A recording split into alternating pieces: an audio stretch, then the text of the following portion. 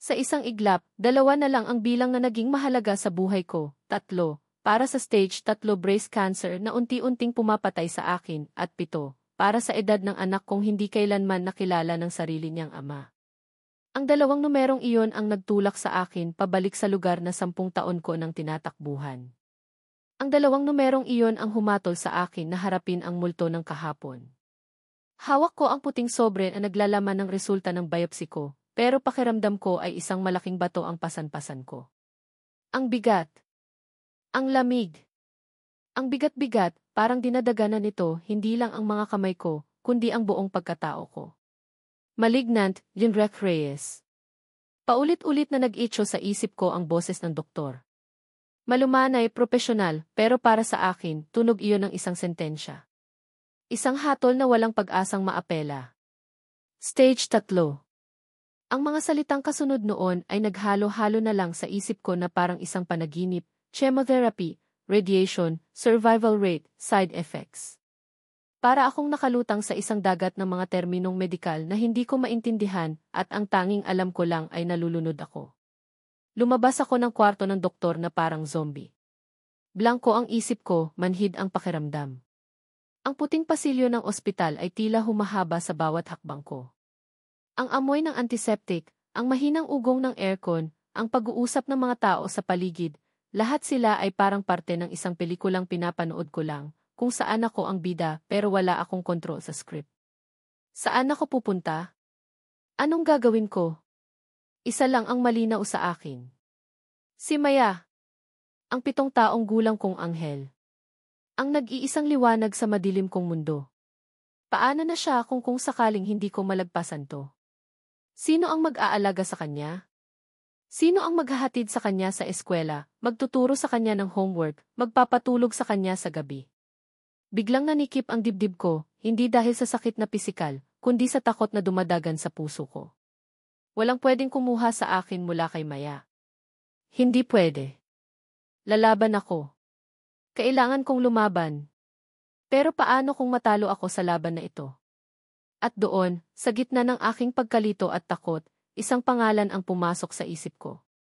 Isang pangalan na matagal ko nang ibinaon sa pinakamalalim na hukay ng aking alaala.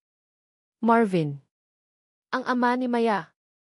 Ang lalaking minahal ko ng higit pa sa buhay ko. Ang lalaking iniwan ko nang walang paalam 10 taon na ang nakalilipas. Napahawak ako sa pader para suportahan ang sarili ko. Hindi ko siya pwedeng hanapin. Pagkatapos ng lahat, anong karapatan ko? Tinakbuhan ko siya. Tinaguan. Ipinagkait ko sa kanya ang karapatang malaman na mayroon kaming anak. Ginawa ko iyon dahil akala ko, iyon ang tama. Iyon ang paraan para hindi masira ang kinabukasan niya, para hindi siya itali sa isang responsibilidad na hindi niya pinili. Pero ngayon, lahat ng rason ko ay parang mga tuyong dahon na tinatangay ng hangin. Wala na akong pakialam sa pride. Wala na akong pakialam sa hiya. Ang mahalaga lang ay si Maya. Kailangan niyang makilala ang ama niya. Kailangan may isang taong sasalo sa kanya kung sakaling bumitaw na ako. Sa pag-iisip ko, hindi ko namalayan ang pagpatak ng mga luha ko. Naglakad ako ng walang direksyon hanggang sa marating ko ang isang maliit na chapel sa loob ng ospital. Umupo ako sa isa sa mga bakanting upuan, yumuko at hinayaan ang sarili kong umiyak ng tahimik. Doon, sa harap ng altar, ibinuhos ko lahat ng takot, lahat ng pagsisisi, lahat ng sakit. Pagkatapos ng ilang minuto, medyo gumaan ang pakiramdam ko. Pinunasan ko ang aking mga luha at sinubukang huminga ng malalim. Kailangan kong maging matatag. Para kay Maya. Tumayo ako para umalis na, pero sa pagmamadali ko, nabitiwan ko ang aking handbag. Kumalat ang laman nito sa sahig, ang wallet ko, ang cellphone, mga susi, at ang nakatiklop na sobre. Ay, nako, mahina kong bulong sa sarili. Yumuko ako para pulutin ang mga gamit ko, nang isang pares ng itim na leather shoes ang huminto sa mismong tapat ko. Miss, okay ka lang? Tulungan na kita. Isang boses. Isang boses na pamilyar. Pamilyar na kahit 10 taon na ang lumipas ay parang kahapon ko lang narinig. Biglang nanigas ang buong katawan ko. Ang paghinga ko ay tila huminto. Dahan-dahan kong itinaas ang aking paningin. Mula sa sapatos, paakyat sa maong na pantalon, sa isang simpleng polo shirt na nakatupi ang manggas hanggang siko. At sa wakas, sa mukha niya. Ang panga niyang mas tumulis. Ang mga mata niyang may kaunting gatla na sa gilid, pero ganoon pa rin kalalim. Ang buhok niyang gupit sundalo pa rin. Bahagyang kumapal ang kanyang pangangatawan pero walang duda. Siya nga. Si Marvin. Parang huminto ang oras. Ang lahat ng ingay sa paligid ay nawala. Tanging ang malakas na kabog ng dibdib ko ang naririnig ko. Ano nang ginagawa niya rito? Sa lahat ng lugar, dito pa talaga sa ospital na ito. Pinulot niya ang sobrang nahulog malapit sa kanyang paa. At bago ko pa siya mapigilan, inabot niya ito sa akin. Eto, miss. Baka mahalaga to. Nakatitig lang ako sa kanya, hindi makapagsalita. Napansin niya marahil ang pagkagulat ko. Tinitigan niya ako ng mas maigi, kumunot ang kanyang noo. Teka, parang pamilyar ka sa akin, sabi niya, may halong pag-aalinlangan sa boses. Nagkita na ba tayo? Sa wakas, nagkaroon ako ng lakas para buksan ang aking bibig. Ako to, Marvin. Nakita ko ang pagbabago sa ekspresyon niya. Mula sa pagtataka, naging pagkabigla at pagkatapos ay isang emosyong hindi ko mabasa. Tila ba nakakita siya ng multo? Alice, bulong niya, ang pangalan ko ay parang isang dayuhang salita sa kanyang mga labi. Alice, ikaw nga. Walang ngiti. Walang galit. Tanging purong gulat. Tumayo ako ng tuwid, hawak-hawak ang bag ko na parang iyon ang nag-iisang bagay na pumipigil sa akin na matumba. Anong ginagawa mo rito? Tanong niya, ang boses niya ay medyo tumigas. Bakit ka nandito? Libo-libong kasinungalingan ang pumasok sa isip ko. Nagpa-check up lang. Dinalaw ko lang ang isang kaibigan. Napadaan lang. Pero sa pagod at bigat ng nararamdaman ko, isang simpleng sagot lang ang lumabas. May inaasikaso lang, sabi ko, umiiwas ng tingin. Ikaw? Kamusta ka na? Isang mapait na tawa ang kumawala sa kanya. Kamusta? 10 taon kang nawala na parang bula, Alice, tapos ang una mong itatanong sa akin ay kung kamusta ako. Ramdam ko ang sakit sa bawat salita niya. Parang mga sundang na tumutusok sa puso ko. Nga naman. Anong ini-expect ko? Isang masayang reunion? I'm sorry, yun lang ang nasabi ko. Dos Marvin. Isang boses ng babae ang tumawag mula sa hindi kalayuan. Napalingon kaming dalawa. Isang batang nurse, maganda at mukhang masayahin, ang kumakaway sa kanya. Dosi, pinapatawag po kayo sa UC. May emergency daw po. Dos? Doktor na siya ngayon? Ang pangarap niya. Natupad niya ang pangarap niya. Isang parte sa akin ang natuwa para sa kanya. Pero isang mas malaking parte ang nakaramdam ng kirot. Isang kirot ng selos. May sarili na siyang buhay. Isang buhay na maayos at matagumpay. Isang buhay na wala ako. Tumango si Marvin sa nurse. Sige, may susunod ako. Binalik niya ang atensyon sa akin, at ang tingin niya ay mas lalong naging seryoso. Kailangan ko nang umalis. Pero hindi pa tayo tapos mag-usap. Napatitig ako sa kanya. Ang Marvin na kaharap ko ngayon ay hindi na ang binatang Marvin na kilala ko. Mas matanda, mas seryoso, at may otoridad sa kanyang tindig. Sure ka bang okay ka lang? Tanong niya ulit, at sa pagkakataong ito, may bakas ng tunay na pag-aalala sa kanyang boses. Tinitigan niya ang mukha ko. Namumutla ka. Umiling ako, pilit nang umiti. Okay lang ako. Pagod lang siguro. Sige na, puntahan mo na iyong trabaho mo. Baka importante yan. Nagsimula na akong maglakad palayo, gustong-gusto ng takasan ang sitwasyong ito. Ang pagkikitang ito ay isang pagkakamali. Hindi pa ako handa. Hindi ko alam kung magiging handa ba ako. Alice, teka. Naramdaman ko ang kamay niya sa braso ko. Isang mainit na haplos na nagpadala ng kuryente sa buong katawan ko. Isang pamilyar na pakiramdam na akala ko ay kinalimutan ko na. Huminto ako pero hindi ako lumingon. Bakit? Tanong niya, ang boses niya ay mahina na ngayon, halos pabulong. Bakit ka bigla na lang nawala noon? Anong nangyari? Ang tanong na iyon. Ang tanong na 10 taon kong kinatakutan na marinig mula sa kanya. Nakatayo lang ako doon, nakatalikod sa kanya, habang ang mga salita niya ay nakabitin sa hangin sa pagitan namin. Sa isang kamay ko, hawak ko ang bag na puno ng mga ordinaryong gamit. Sa kabilang kamay, ang sobrang naglalaman ng hatol sa aking buhay. At sa likod ko, ang lalaking ama ng aking anak, humihingi ng sagot na hindi ko alam kung paano ibibigay. Ang haplos ng kamay ni Marvin sa braso ko ay parang apoy at yelo ng sabay. Apoy, dahil pinukaw nito ang lahat ng alaala na pilit kong kinalimutan. Yelo, dahil pinanigas nito ang buo kong katawan sa takot. 10 taon.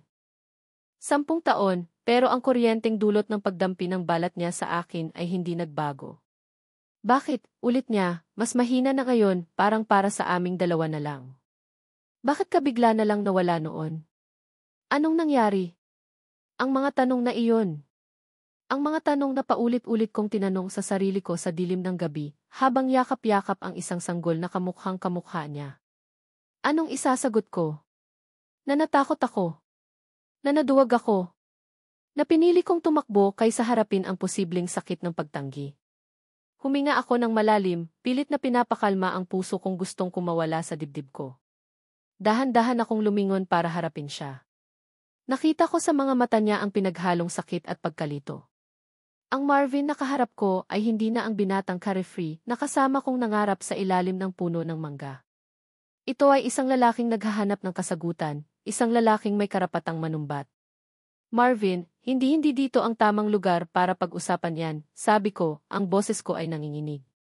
Iginilid ko ang tingin sa paligid. May mga ilang nurse at pasyenteng dumadaan, sumusulyap sa aming dalawa. Tila natauhan siya. Binitawan niya ang braso ko, pero ang tingin niya ay hindi umalis sa akin. May kantin sa ibaba. 5 minuto. Hintayin mo ako. Huwag kang aalis, Alice. Please. This time, huwag kang tatakbo. Ang pakiusap sa huling mga salita niya ay tumago sa lahat ng pader na itinayo ko sa paligid ng puso ko. Tumango lang ako, hindi makapagsalita. Mabilis siyang tumalikod at naglakad patungo sa direksyon ng Easy. Ang kanyang puting polo ay unti-unting nawala sa dulo ng pasilyo. Naiwan akong nakatayo doon, nanginginig. Ang dali niyang sabihin na huwag akong tumakbo. Pero iyon lang ang alam kong gawin sa loob ng 10 taon. Pero ngayon, may sakit ako. At may anak kami. Wala na akong karapatang tumakbo pa.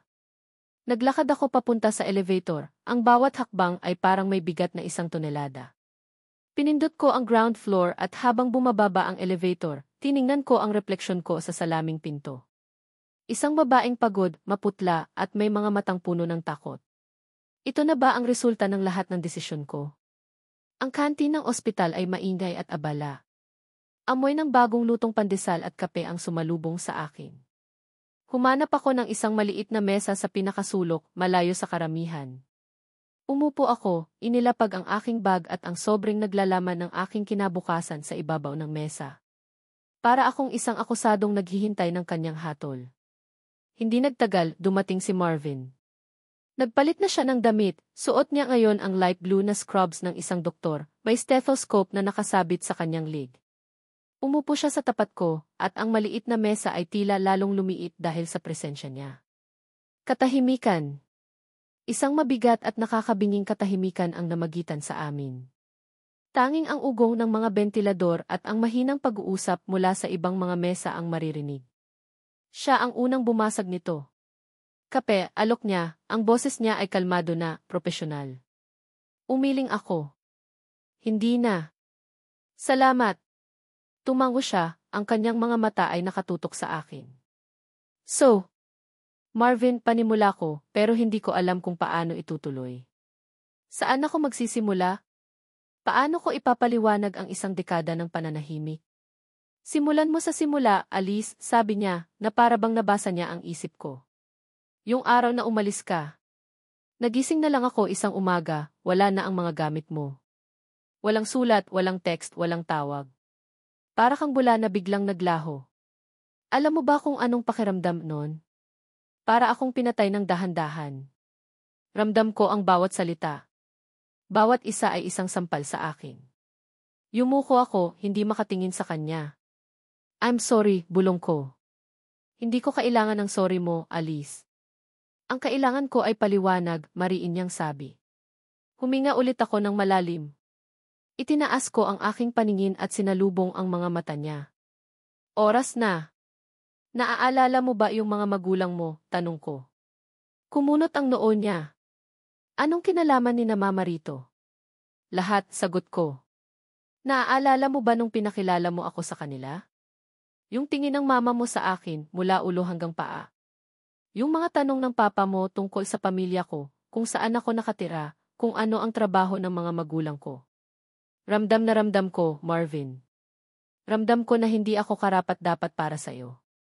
Na isa lang akong hamak na taga-probinsya na walang maipagmamalaki, habang ikaw ang golden boy nila.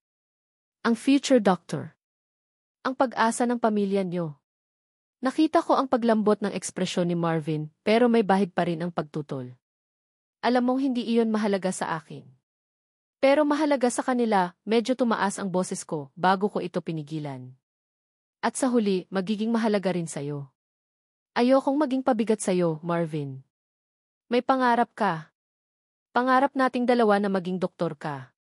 Paano mo yun matutupad kung mayroon kang isang asawang katulad ko na hihilahin ka pababa? Hindi mo ako hihilahin pababa, Alice. Ikaw ang inspirasyon ko, giit niya, ang kanyang mga kamay ay nakakuyom na ngayon sa ibabaw ng mesa. Pinag-usapan na natin to, di ba? Na hindi natin papansinin ang sasabihin ng iba.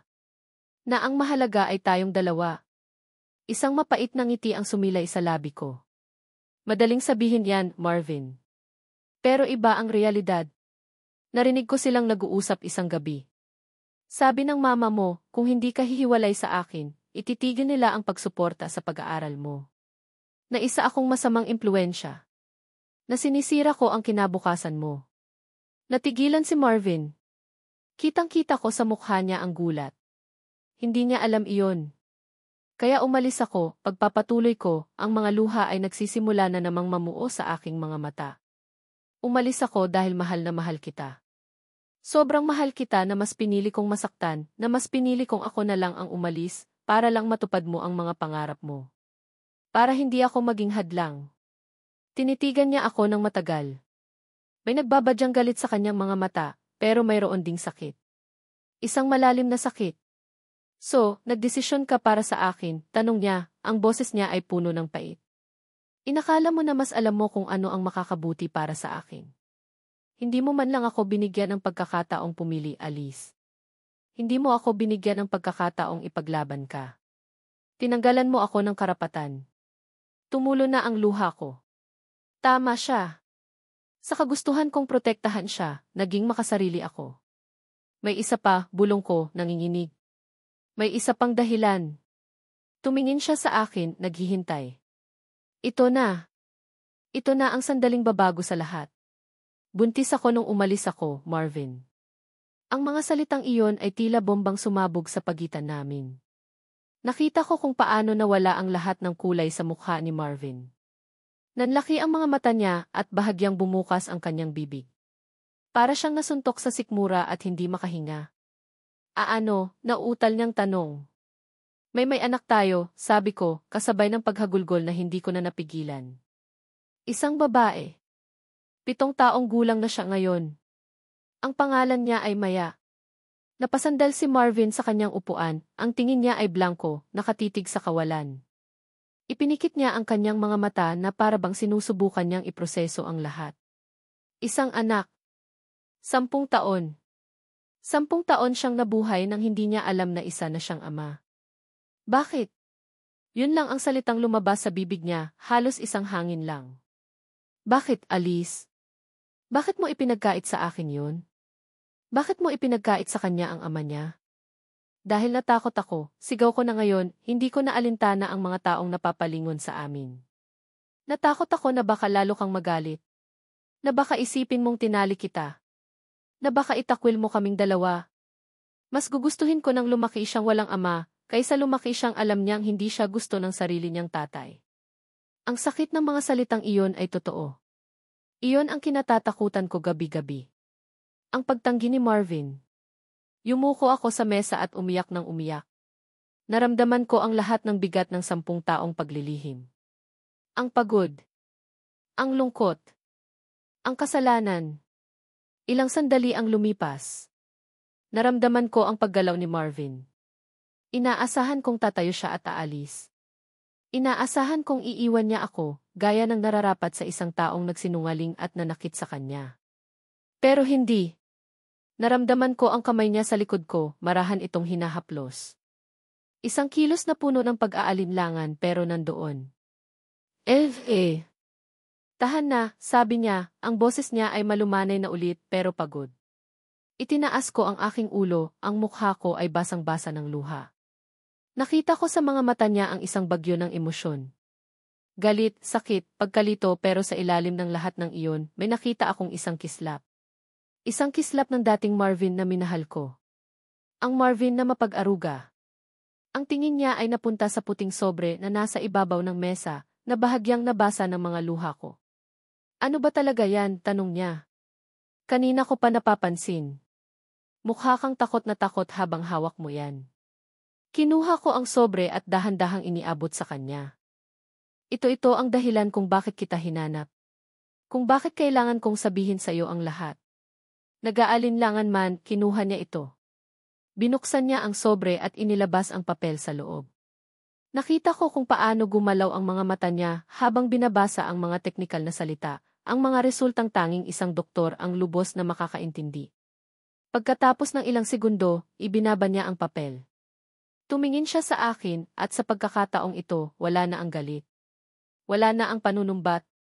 Ang tanging nakikita ko na lang sa mga mata niya ay isang emosyong mas masakit pa kaysa sa galit, isang malalim, nakakapanlumong awa at takot. Stage 3, bulong niya, ang boses niya ay basag. Alice, may cancer ka? Tumango lang ako, hindi na makapagsalita. Ipinatong niya ang kanyang mga kamay sa ibabaw ng mga kamay ko. Mas mahigpit ang hawak niya ngayon. Hindi na ito nag-aalinlangan. Puno na ito ng determinasyon.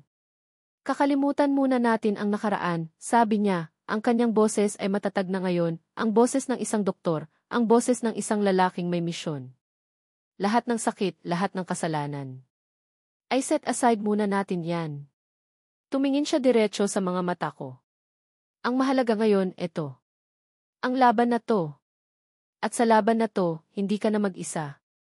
Isang butil ng pag-asa ang sumibol sa tigang kong puso. Isang maliit pero napakaliwanag na pag-asa. Hindi kita iiwan, Alice, pagpapatuloy niya mas mariin. Hindi na ulit. Naintindihan mo? Haharapin natin to, magkasama. Hindi ito pagpapatawad. Hindi pa ito pag-ibig. Pero ito ay isang pangako. At sa sandaling iyon, ang pangakong iyon ay sapat na. Ang mga salita ni Marvin, haharapin natin to, magkasama, ay naging isang mantra sa isip ko sa mga sumunod na araw. Parang isang lubid na inihagis sa isang taong nalulunod at mahigpit akong kumapit dito. Sa unang pagkakataon sa loob ng napakaraming taon, naramdaman kong hindi ako nag-iisa. Ang unang sesyon ng chemotherapy ay impyerno. Iyon lang ang salitang maya-akma ko rito. Ang laso na idinadaan sa aking mga ugat para patayin ang mga selula ng kanser, ay parang pinapatay din ang bawat malusog na parte ng aking katawan. Ang pagkahilo, ang pagsusuka, ang panghihina na parang hinigop lahat ng lakas mo, masahol pa ito sa lahat ng pinagdaanan ko. May mga pagkakataon na nakahiga lang ako sa kama ng ospital, nakatitig sa puting kisami, at tinatanong ang sarili ko kung kaya ko pa bang ituloy. Sa mga sandaling iyon, ang tanging nagpapatatag sa akin ay ang imahe ng nakangiting mukha ni Maya. Pero sa bawat pagkakataong iyon na malapit na akong sumuko, andyan si Marvin. Totoo siya sa kanyang pangako. Mula sa araw na iyon sa kantin, hindi na niya ako iniwan. Ginamit niya ang kanyang koneksyon bilang doktor sa ospital para siguraduhing ang pinakamahuhusay na oncologist ang hahawak sa kaso ko. Siya ang kausap ng mga doktor, siya ang nagpapaliwanag sa akin ng mga medikal na termino sa paraang maintindihan ko. Siya ang nagbabantay sa akin sa gabi kapag hindi ako makatulog dahil sa sakit o takot. Isang hapon, pagkatapos ng isang partikular na mahirap na sesyon, nakahiga lang ako sa kama, wala man lang lakas na itaas ang aking kamay. Ang buong mundo ko ay umiikot at ang bawat ingay ay parang martilyong pumupukpok sa aking ulo. Dahan-dahang bumukas ang pinto at pumasok si Marvin, may dalang isang maliit na tray. Alam kong wala kang ganang kumain, pero kailangan mo to, sabi niya, ang boses niya ay malumanay. Inilapag niya ang tray sa bedside table. Isang mangkok ng mainit na lugaw na may itlog at kaunting tinadtad na spring onion sa ibabaw. Ang simpleng amoy pa lang nito ay tila nagbigay ng kaunting ginhawa sa nanlalambot kong sikmura. Salamat, mahina kong sabi, ang boses ko'y halos hindi marinig. Umupo siya sa silyang katabi ng kama ko at kinuha ang mangkok. Kumuha siya ng isang kutsara, hinipan ito ng bahagya, at dahan-dahang itinapat sa aking bibig. Kahit konti lang, Alice. Para may laman ang tiyan mo. Tinitigan ko siya. Ang kanyang mukha ay seryoso, puno ng pag-aalala. Ang lalaking ito na minsan kong tinakbuhan ay narito ngayon, sinusubuan ako ng lugaw na parang isang paslit. Isang kurot ng hiya at pasasalamat ang naghalo sa dibdib ko. Pilit kong ibinuka ang aking bibig at tinanggap ang pagkain. Mainit at malasa. Napakasarap sa pakiramdam. Pagkatapos ng 3 subo, umiling na ako. Hindi ko na kaya. Hindi niya ako pinilit. Ibinaba niya ang mangkok at kinuha ang isang basong tubig na may straw. Okay. Tubig muna. Habang umiinom ako, hindi ko maiwasang pagmasdan siya. May mga gatla na ng pagod sa ilalim ng kanyang mga mata. Halatang puyat. Malamang ay diretsyo na siya rito mula sa kanyang duty. Hindi ka pa ba umuuwi, tanong ko. Kailangan mo ring magpahinga. Mamaya na, sagot niya, inaayos ang kumot ko. Dito muna ako. Ang simpleng mga salitang iyon ay naghatid ng kakaibang init sa puso ko. Marvin, salamat. Sa lahat. Ngumiti siya ng bahagya, isang pagod ngunit tapat ng ngiti. Wala ayon. Pero alam kong hindi iyon wala lang. Malaking bagay ito. Napakalaking bagay. Nang gabing iyon, hindi ako dinalaw ng antok. Ang mga epekto ng gamot ay nagpapahirap sa akin. Bawat galaw ko ay may kasamang sakit. Nakaupo si Marvin sa sofa sa sulok ng kwarto, nagbabasa ng isang makapal na medical book, pero alam kong hindi talaga siya nakatuon doon. Paminsan-minsan, sumusulyap siya sa akin para siguraduhing okay lang ako. Sa wakas, hindi ko na natiis ang katahimikan. Marvin, tawag ko sa kanya, ang boses ko ay basag. Agad siyang tumayo at lumapit sa akin. Bakit? May masakit ba? Tatawag ako ng nurse. Wala. Hindi. Umupo ka muna, pakiusap ko. Gusto lang kitang makausap. Nag-aalangan man ay bumalik siya sa pagkakaupo sa silya sa tabi ko. Hinintay niya akong magsalita. Alam kong paulit-ulit ko nang sinasabi to, pero patawarin mo ko, panimula ko, ang mga salita ay mahirap ilabas. Hindi lang sa pag-alis ko. Patawarin mo ako dahil naging duwag ako. Patawarin mo ako sa lahat ng taon na nasayang. Sa lahat ng firsts ni Maya na hindi mo nakita. Ang unang ngiti niya, unang hakbang, unang salita. Ipinagkait ko sa'yo lahat yun. At walang sapat na sorry ang makakabawi nun. Isang butil ng luha ang gumulong sa aking pisngi. Tinitigan niya ako ng matagal, ang kanyang mga mata ay malalim at puno ng mga emosyong hindi ko mabasa. Huminga siya ng malalim bago nagsalita. Galit ako, Alice, pag-amin niya, at ang katapatan sa boses niya ay parang isang suntok. Sa totoo lang, sobrang galit ako nung una. Nung sinabi mo sa akin ang lahat, gusto kitang sigawan. Gusto kong isumbat sa'yo lahat.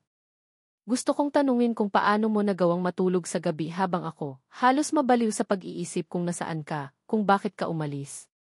Napayuko ako, handang tanggapin ang lahat ng kanyang galit.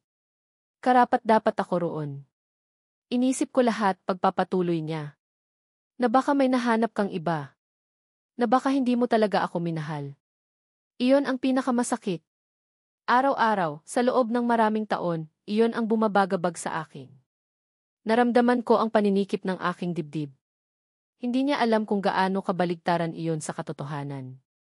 Pero dagdag niya at sa salitang iyon, itinaas ko ang aking ulo. Nung sinabi mo ang tungkol sa mga magulang ko, at lalo na nung nalaman ko ang tungkol sa sakit mo parang nagbago ang lahat. Masakit pa rin. Hindi basta-basta mawawala ang 10 taon. Pero mas naintindihan ko. Lumapit siya ng bahagya, ipinatong ang kanyang siko sa kama. May kasalanan din ako, Alice. Siguro, hindi ko na ipakita sa'yo na kaya kitang ipaglaban. Siguro, masyado akong naging kampante. Akala ko, sapat na iyong pagmamahal natin para malagpasan ang lahat. Hindi ko naisip na kailangan kitang protektahan mula sa sarili kong pamilya. Naging mahina rin ako. Kaya patawarin mo rin ako. Umiling ako. Hindi mo kasalanan. Ako ang umalis. Pareho tayong may pagkukulang, sabi niya, isang mapait na ngiti ang gumuhit sa kanyang mga labi. Pareho tayong bata pa noon. Pareho tayong nagkamali. Sa pag-amin niyang iyon, isang malaking tinik ang tila nabunot sa puso ko. Ang bigat na pasan-pasan ko sa loob ng isang dekada ay bahagyang gumaan. Hindi ito tuluyang pagpapatawad, pero ito ay isang pag-unawa. Isang pagtanggap sa mga pagkakamali ng kahapon. At sa sandaling iyon, mas mahalaga iyon kaysa sa ano paman. Katahimikan muli. Pero sa pagkakataong ito, hindi na ito mabigat. Isa na itong komportableng katahimikan. Pinagmasdan ko siyang muli. Ang lalaking handang akuin ang parte ng kasalanan kahit na ako ang nang-iwan. Ang lalaking sa kabila ng lahat ng sakit na idinulot ko ay nandito pa rin, inaalagaan ako. At doon, sa ilalim ng malamlam na ilaw ng ospital, sa gitna ng amoy ng antiseptic at gamot, isang katotohanan ang lumitaw mula sa mga guho ng aking puso. Isang katotohanang pilit kong ibinabaon sa takot at pride. Ang pagmamahal ko para sa kanya ay hindi kailanman nawala. Nagtago lang ito. Nagtago sa likod ng takot para sa kanyang kinabukasan, sa likod ng pag-aalala para sa aming anak, at ngayon, sa likod ng takot sa sarili kong kamatayan. Pero andoon pa rin. Tumitibok. Buhay. Nakita ko siyang humikab, pilit na nilalabanan ang antok. Sa itsura niya, parang 2 araw na siyang walang matinong tulog. Matulog ka na, Marvin, sabi ko, ang boses ko ay malambing na ngayon. Diyan ka na sa sofa. Okay na ako. Sigurado ka? Tumango ako. Tumayo siya at inayos ang unan ko bago bumalik sa sofa. Hindi nagtagal, narinig ko ang malalim at regular niyang paghinga. Tulog na siya. Pinagmasdan ko ang kanyang payapang mukha. Kahit sa pagtulog, bakas pa rin ang pagod sa kanya. Naramdaman ko ang isang matinding pagnanais na bumangon, lapitan siya, at haplusin ang kanyang buhok. Gusto kong sabihin sa kanya na tama na kaya ko na hindi niya kailangang gawin ito. Pero alam kong hindi iyon totoo. Kailangan ko siya. Higit kailanman. Isang nakakainis na luha na naman ang pumatak mula sa aking mata. Pero sa pagkakataong ito, hindi ito luha ng sakit o pagsisisi. Ito ay luha ng isang masakit ngunit napakagandang realisasyon. Mahal ko pa rin siya. Sobrang mahal. At iyon ang pinakamasakit sa lahat. Dahil ngayong bumalik na siya, ngayong handa na siyang lumaban kasama ko, ako naman ang posibleng mang-iwan sa kanya, sa paraang mas permanente at mas masakit. Marvin ni. Bulong ko sa hangin, sapat lang para marinig ko. Patawad. Hindi ko alam kung narinig niya ako sa kanyang pagtulog, o kung nagkataon lang, pero bahagya siyang gumalaw at isang salita ang lumabas sa kanyang mga labi, isang halos hindi marinig na bulong. Alisti. At sa gabing iyon, sa gitna ng aming mga nasirang pangarap at sa anino ng isang malupit na sakit, isang sinulid ng pag-asa ang muling nabuo sa pagitan naming dalawa. Manipis, marupok, ngunit sapat na para kapitan. Lumipas ang mga linggo. Ang buhay ko ay naging isang routine na umiikot sa ospital, chemotherapy at pagpapahinga. Unti-unti, nagsimulang manalanta ang mga epekto ng gamot. Ang dating makapal at alon-alon kong buhok ay nagsimulang malagas ng bugso-bugso.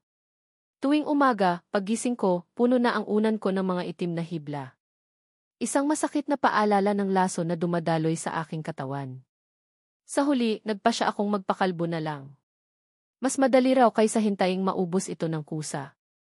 Sa bawat hakbang ng masakit na prosesong ito, naroon si Marvin. Siya ang humawak sa kamay ko habang ginugupit ng isang kaibigang nurse ang natitira kong buhok. Hindi siya nagsalita, pero ang init ng kanyang palad ay sapat na para sabihing, nandito ako. Hindi ka nag-iisa. Pero ang pinakamalaking pagbabago ay hindi lang tungkol sa amin. Ito ay tungkol sa isang maliit na batang babae na may mga matang singkit at ngiting kasing liwanag ng araw. Kailan ko siya makikilala?